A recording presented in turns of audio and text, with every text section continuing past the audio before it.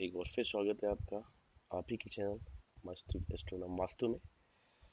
आज मैं वो टॉपिक लेके आया हूँ जिसमें जनरली कोई भी एस्ट्रोलॉजर या कोई भी एस्ट्रोलॉजर कंसल्टेंट आपसे जब विजिट करते हैं आप उससे, तो आपको एक रेमेडीज के तौर पे आपको बोल देता है कि राहु की रेमेडीज कर लीजिए, जुपिटर की रेमेडीज कर लीजिए, या फिर किसी पर्टिकुलर प्लानट सन हो गया, मून हो गया, विनस हो गया। तो एक्चुअली में होता क्या है कि आप कंफ्यूज हो जाते हैं कि समटाइम वो बहुत ज़्यादा रेमेडीज बता देता है सन की, मून की और अदर प्लैनेट्स की। तो आप कंफ्यूज हो जाते हैं कि सारी चीज़ें कैसे मैनेज करूँगा। और बाय द वे आप अगर कर भी लें तो आपके दिमाग में एक ये रहता है कि यार ये इतनी सारी रेमेडीज बता दिया, तो मैं किसको फॉलो करूँ।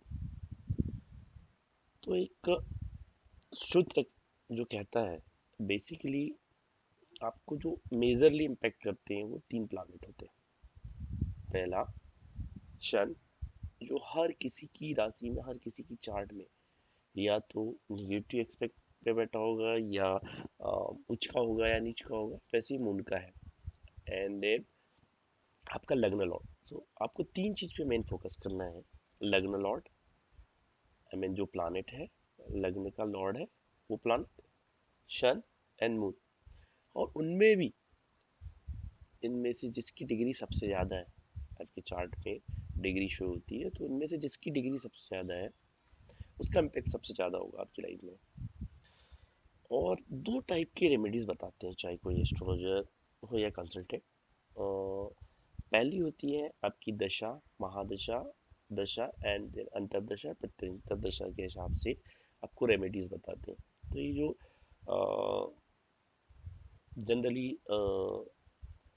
अंतरदशा एंड प्रत्यंतर एक स्पेसिफिक टाइमिंग पीरियड को डिफाइन करता है, एक छोटा टाइम होता है। तो किसी पर्टिकुलर प्रॉब्लम को लेके गए, अगर उसको सॉल्व करना है तो उसकी रेमेडीज कीजिए आप। जैसे किसी ने बोला आपके राहु पर्टिकुलर प्रॉब्लम दे रहा है, आपको अभी रेमेडी से करनी है, तो वो आपको एक पर्टिकुलर टाइम पीरियड में ही आ, आ, आपकी हेल्प करेगा। ऐसा नहीं कि उसको कंटिन्यू करना है। और दूसरी रेमेडीज होती है, लेट्स सपोज आपका शन डेप्लीकेटेड होके बैठा है या फिर मून का कुछ इशूज है जो मानसिक शांति नहीं देता है। मून अगर आपका डेप्लीकेटेड बैठा है या गलत कंजक्शन में बैठा है या गलत हाउस में बैठा है, तो वैसी शन ये आपको उतनी सक्सेस, जब भी सक्सेस होगी उसमें आपको एक ब्लॉकेज प्रदान करेगा। आई मीन एक जिस वे में ग्रोथ होना चाहिए था वो नहीं हो पाएगी। दूसरी चीज़ें आपका कॉन्फिडेंस लो हो जाएगा। और कुछ कॉम्बिनेशंस है जिसमें अगर ये डेप्लीकेटेड है या कंजक्शन में है तो आपको एक स्थायित्व प्रदान नहीं करता है। तो यहाँ बताने का मेरा ये एक ही मकसद है कि आप रेमेडीज आपके प्रेफरेंस के हिसाब से चूज कीजिए। लेट्स सपोज आपको वन ईयर या 2 ईयर या 6 मंथ या 2 मंथ की स्पेसिफिक रेमेडीज करनी है, तो एक टाइम पीरियड के लिए होगा। तो आपको कंसल्ट करना है। आपको अगर जब आप डिस्कस कर रहे हैं एस्ट्रोलॉजर से या कंसल्टेंट से, उससे कंफर्म कर लीजिए कि आप पर्टिकुलर रेमेडीज कितने टाइम के लिए करना है।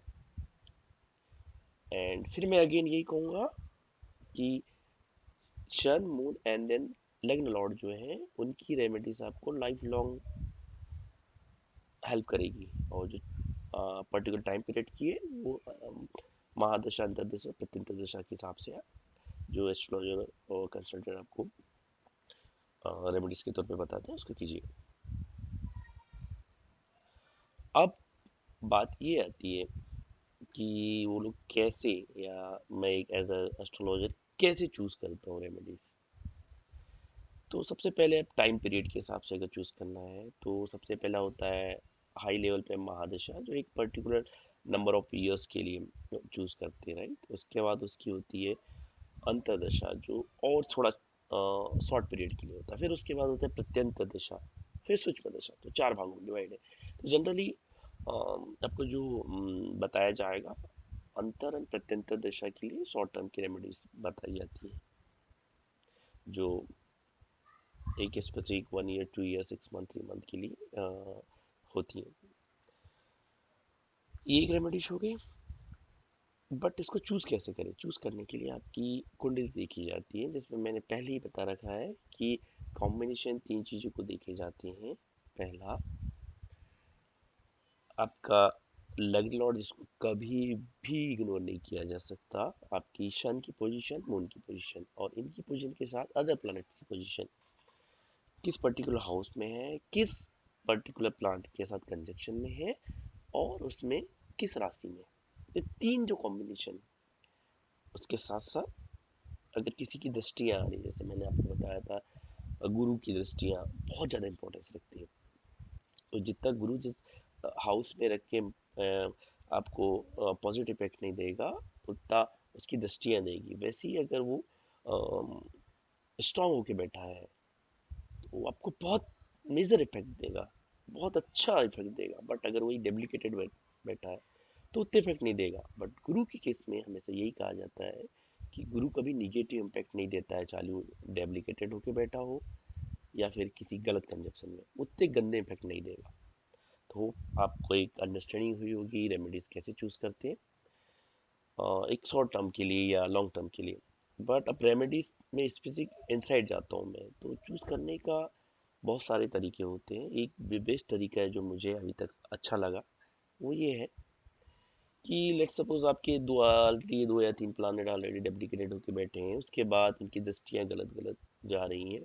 लेट सपोज सन के साथ कोई और कंजक्शन में है और सन के साथ वो बैठा है, तो आप वहाँ सन की रेमेडीज कीजिए, उसके साथ आप डबल रेमेडीज हो जाएगी। आप उन अदर प्लांट की रेमेडी उसके साथ नहीं करनी है। आप समझ रहे हैं ना। आप जैसे जैसे मैं चार्ट एनालिसिस पे जाऊंगा और एक रेमेडीज का एक नंबर ऑफ वीडियोस, एक सिंगल नहीं बनाऊंगा, बहुत सारे रेमेडीज के वीडियोस बनाऊँ, तो आपको क्लियरिटी आ जाएगी। तो thank you so much. Like subscribe कर लीजिए और जय माँ जगदम्बे, आपका भला।